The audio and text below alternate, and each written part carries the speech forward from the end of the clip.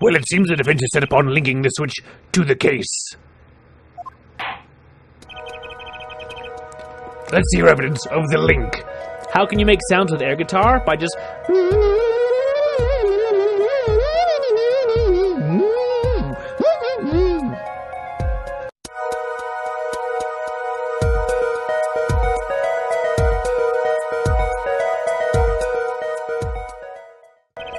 What evidence do you have to explain what this switch is? We have... the igniter. Prosecutor Gavin, do you remember this?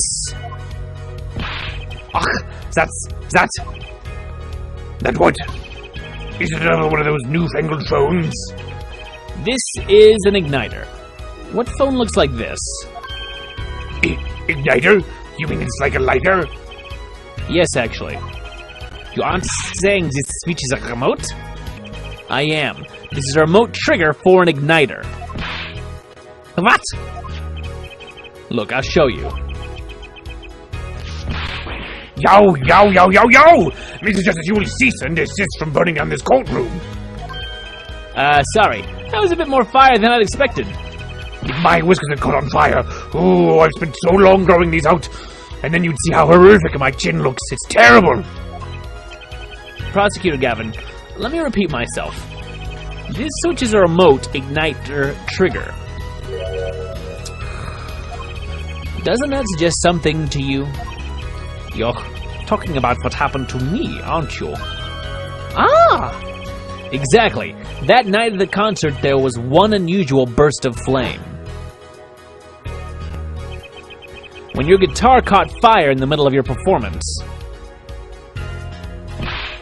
Wasn't that part of the stage show, though?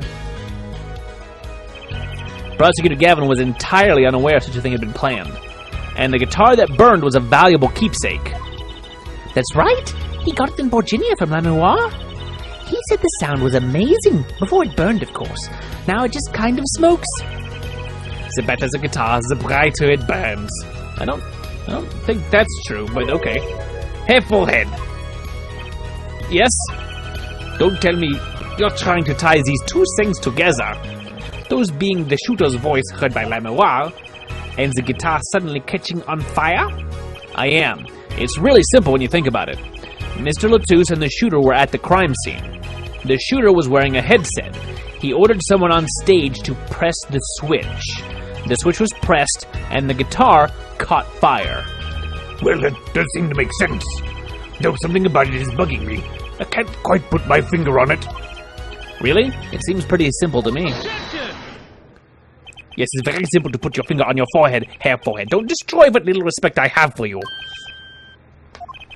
I was expecting something a little more sensible. I guess I was wrong. What's it all about, Prosecutor Gavin? His simple story simply makes no sense. Think, that night my guitar caught fire, yes? The cause may have been this indeed. However, the guitar caught fire during the second set. I think that's when the murder happened. Ah, that's right, of course. It also breaks up Darian's alibi. The guitar caught fire during La Memoire's song. Indeed, yet the shooting happened during the third set. Also, that's why she was passing by the room, because she was busy traveling through her secret passage for the magic trick. The two are utterly unrelated. Yes, that must have been what was bugging me. The whole premise for this is faulty. See, history makes no sense. Are you sure about that? Huh?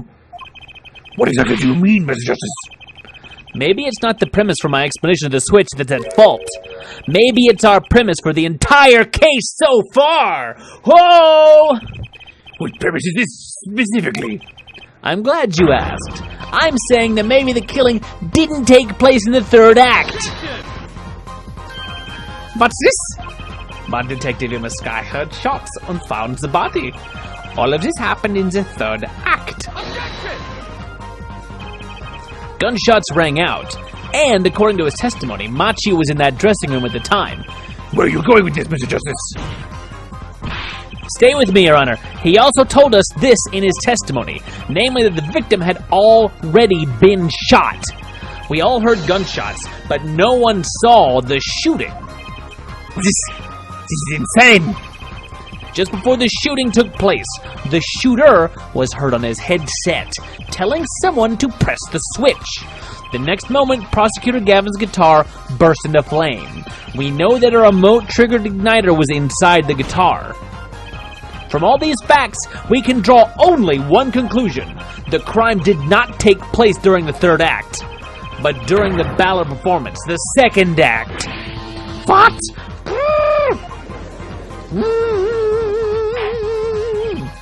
Order! But that goes against the evidence. What does, Your Honor? This crime was carried out according to the lyrics of that song, yes? Hey, he's right, look! The bullet's supposed to come after the fire. You're thinking about it the wrong way. Huh? Look, why would the shooter craft the events of the day to follow the lyrics anyway? It's an awful lot of trouble to go through, with little merit for the person doing it. Well, I'm sure whoever it was had some reason. Maybe it was the Riddler, and they were trying to make sure Batman caught them. Because of daddy issues or whatever. Whatever his reasoning is, I don't remember. Yeah, they did. A reason that made it advantageous to follow the lyrics. You're saying the order was reversed on purpose? Reverse, Prosecutor Gavin? If the criminal followed the lyrics strictly, then yes. The shooting would have had to come after the guitar burst into flame. Yet her forehead has raised another possibility. He's claiming that the bullet came not after, but just before the fire. Couldn't have put it better myself. We were only meant to think the shooting came after the guitar burst into flame. That was the criminal's objective. The crime followed the lyrics to a point, but that was the ruse. Why else would the killer risk discovery by moving the body? That was the final touch to make us think he'd followed the lyrics the whole way.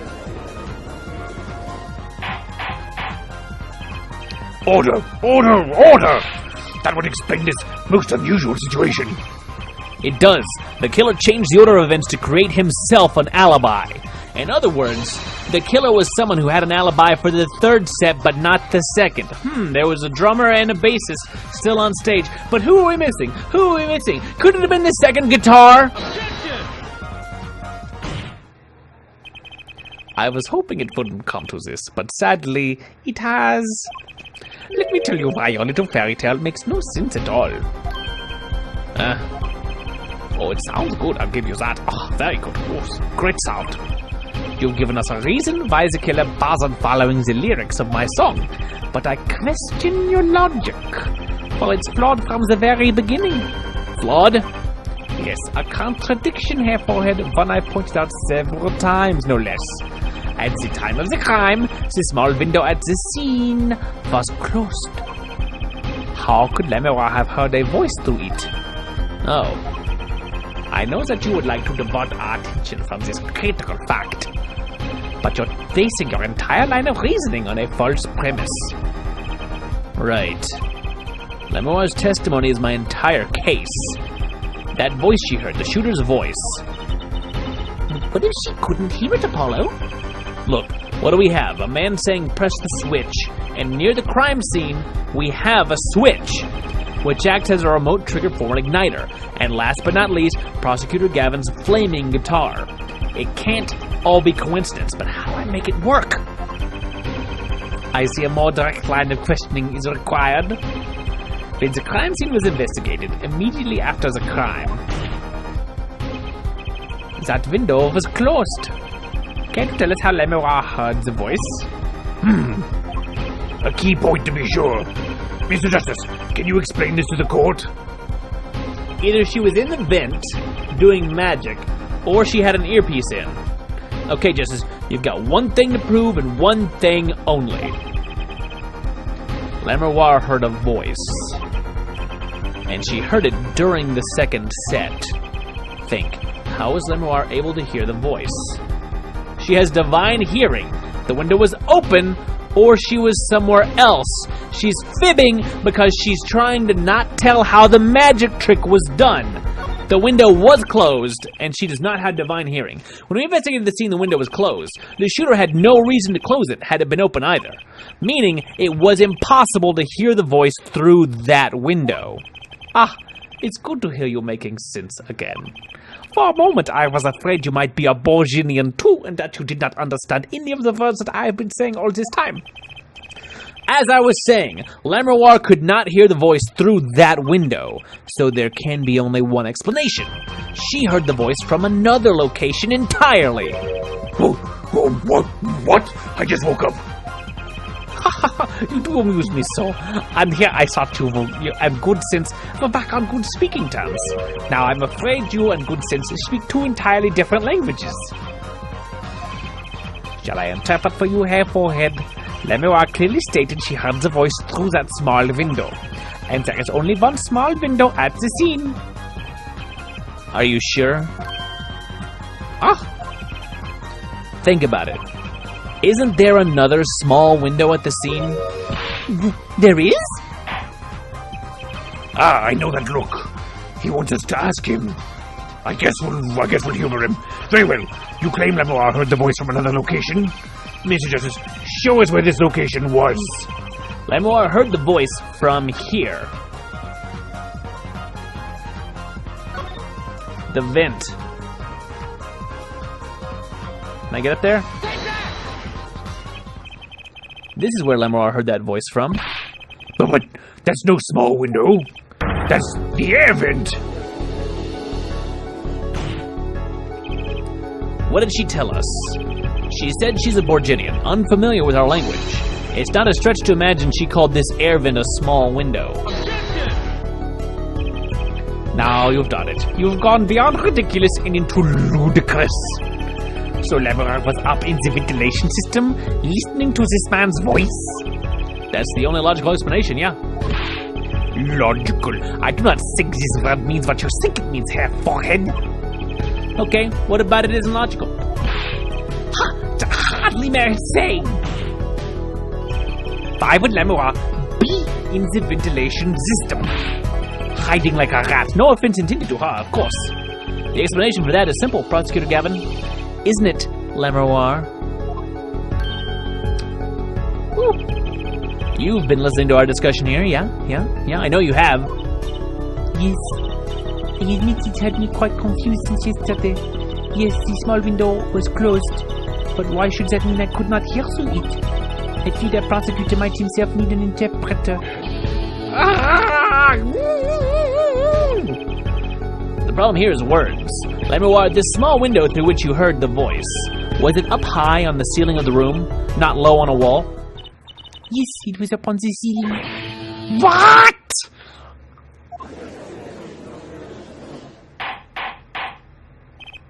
Order! Order! I will have order!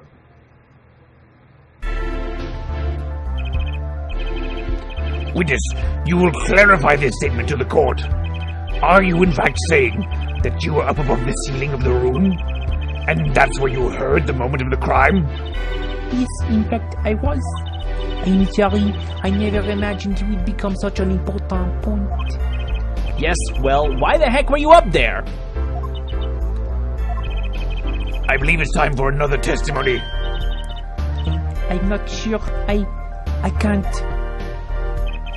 May I remind you, this is a murder trial. We will hear your testimony. Tell us why you witnessed the crime from above the ceiling of that room. Please. Well, looks like I'm on the right track.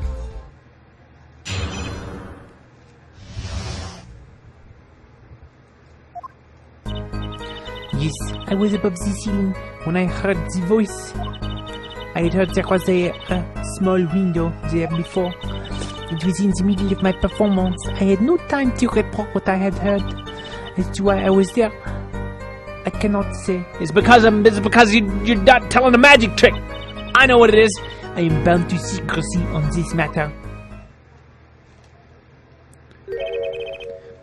Bound to secrecy? In my line of work, one has many obligations to uphold. But you say you were in the middle of your performance. So this did happen during the second set. I did not witness the crime, you must understand. I only know what I heard. Yes, but you must tell us what you were doing in detail. That's what the cross-examination is for. Yeah, Herr Forehead? Our mission in this court is to discern the truth. No obligation, no binding pact may hinder that mission. Very well. Mr. Justice, you may begin the cross-examination. What are you going to do, Apollo? I'm going to find out the truth. She was up above that ceiling for a reason. I just have to get it out of her.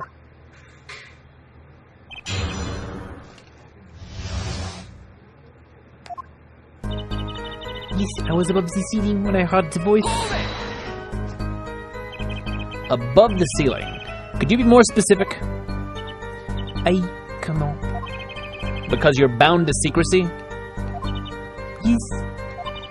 To tell the truth, I was not supposed to even say I was above the ceiling. I dare not say more. Doesn't sound like I'll be able to coax it out of her just by asking. I had heard there was a small window there before. A vent. It's called a vent. Learn the word vent. By small window, you mean the air vent. I only remembered I needed to be careful of where I put my hands and feet. Also, I am blind, so I could not see. I cannot see the light coming through the window, of course. The air vent grate could trip you up, certainly. So I was walking very carefully when I heard the gunshots. Startled, I crouched and listened. That is when I heard this voice come from the room. Darian's voice. I knew something terrible had happened, yet it was in the middle of my performance. I had no time to report what I had heard.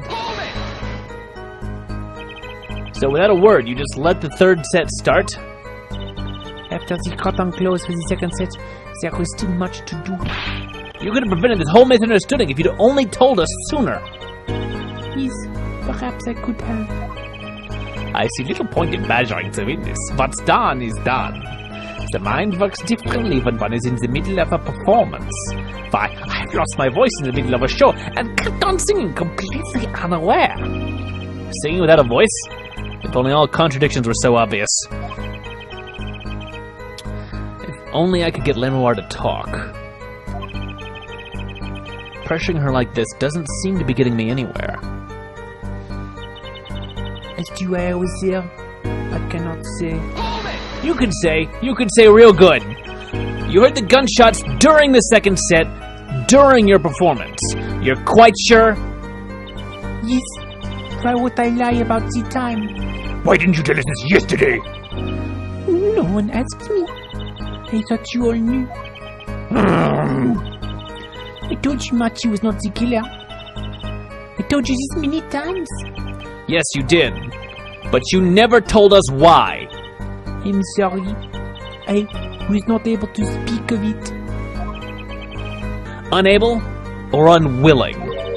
She's not talking, Apollo. What do we do?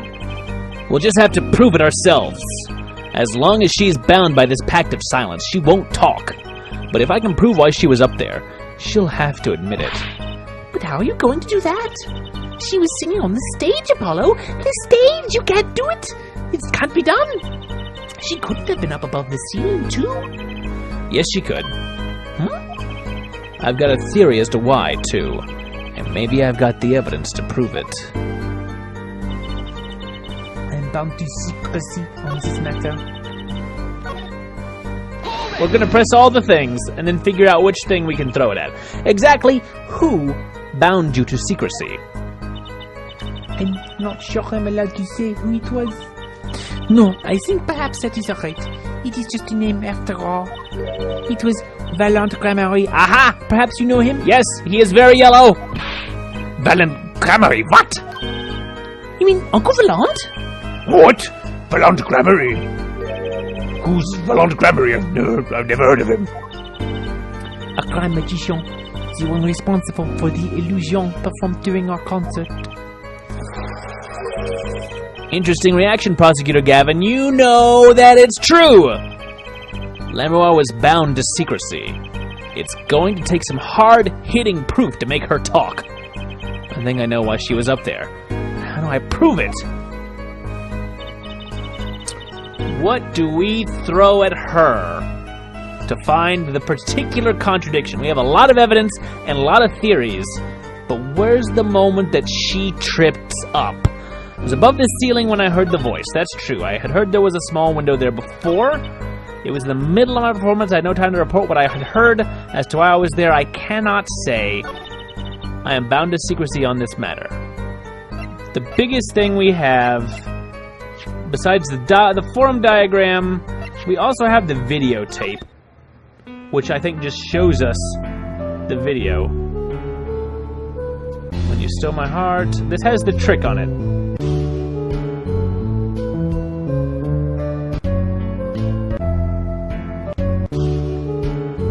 So it was between these moments where they actually fly away. And through the air I fly. So in this amount of time, she slips down under a vent, and she's walking away. Although she's supposed to have gotten there fast enough to get down, walk, walk, walk, bang, bang, you hear a gun, now pull the switch, click, fire goes off, goes on through there. She goes there, and somehow this is floated away slowly enough that she's like, oh, a gun happened. Well, I gotta get back there. Huff, huff, huff, huff, huff. Climb, climb, climb, climb, climb. Oh, I'm back here. I just heard a murder. So that's the event that went down. Do I present this videotape as the reasoning because we know that it's the magic trick, even though we got that out of her a different way? And maybe not this line. As to why I was there, I cannot say. I'm gonna try to present the tape. Objection! Yeah.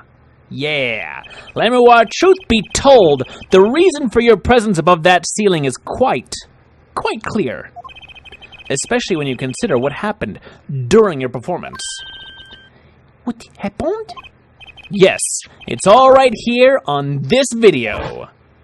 We're just gonna review the stuff that I literally just did.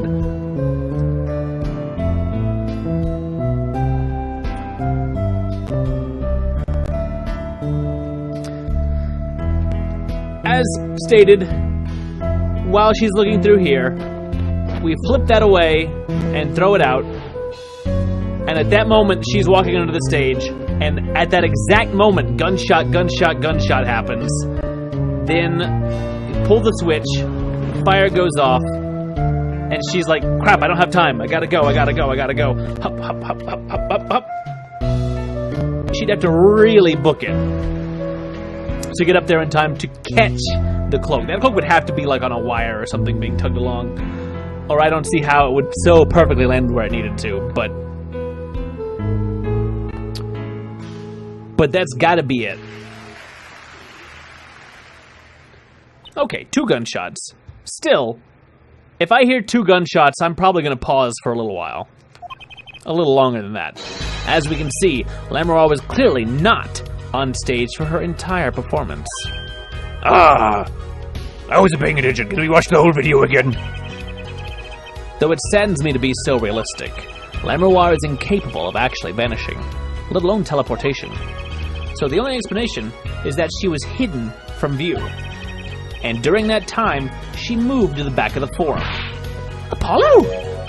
Well, what, Truthie? It's not nice to reveal a magician's secrets, and it's against the rules. They're going to kick you out of the magic club. But I'm a lawyer. I'm not supposed to be nice. I'm supposed to be very mean and kind of a jerk. This is all very fascinating. But how is it possible? There's only 20 seconds between when she disappears and reappears. She couldn't have moved that fast. Is something wrong, Prosecutor Gavin? This was his concert, his show. He knows how the illusion was performed. Aha! He's just realizing his own oversight. Oh, who doesn't make sense now? Who's being crazy now? It's not me, is it? Let's look at the cross-section diagram again. Here, we can trace a route through the ceiling. It goes from the stage, through the backstage, to the rear of the forum. There must have been some kind of elevator in there. Recall Lemuroir's testimony from yesterday. I was on my way from the stage to the backstage exit. There was something like a little window there. That's how I saw it. She went from the stage to the backstage exit. A perfect description of this route above the ceiling.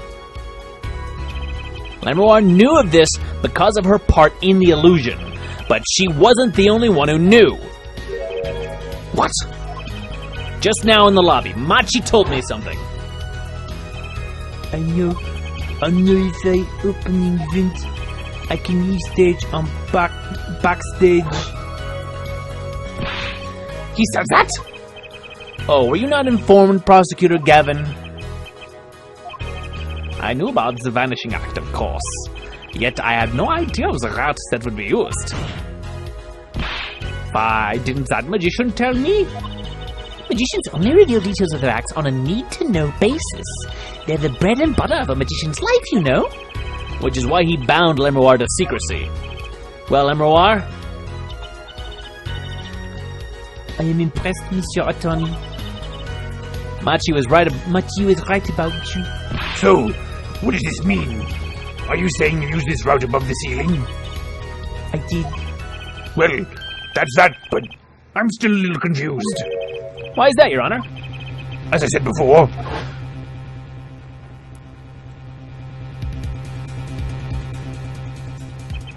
there was very little time between when she disappeared and when she reappeared. 20 seconds, tops. How could she do it so fast? Especially if she stopped to hear the shooter's voice.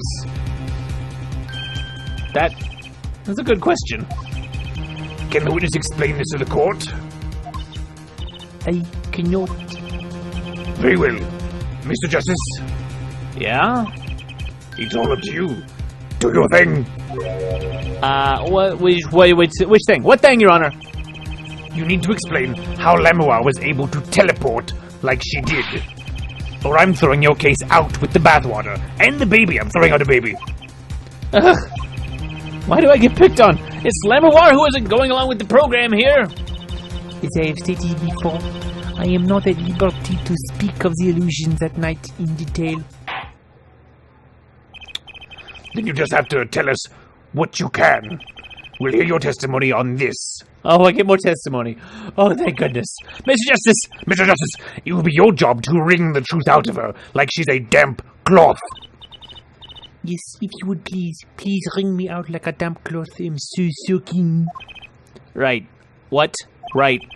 What? I feel like a student before finals. I should have studied. Good luck, Paulo.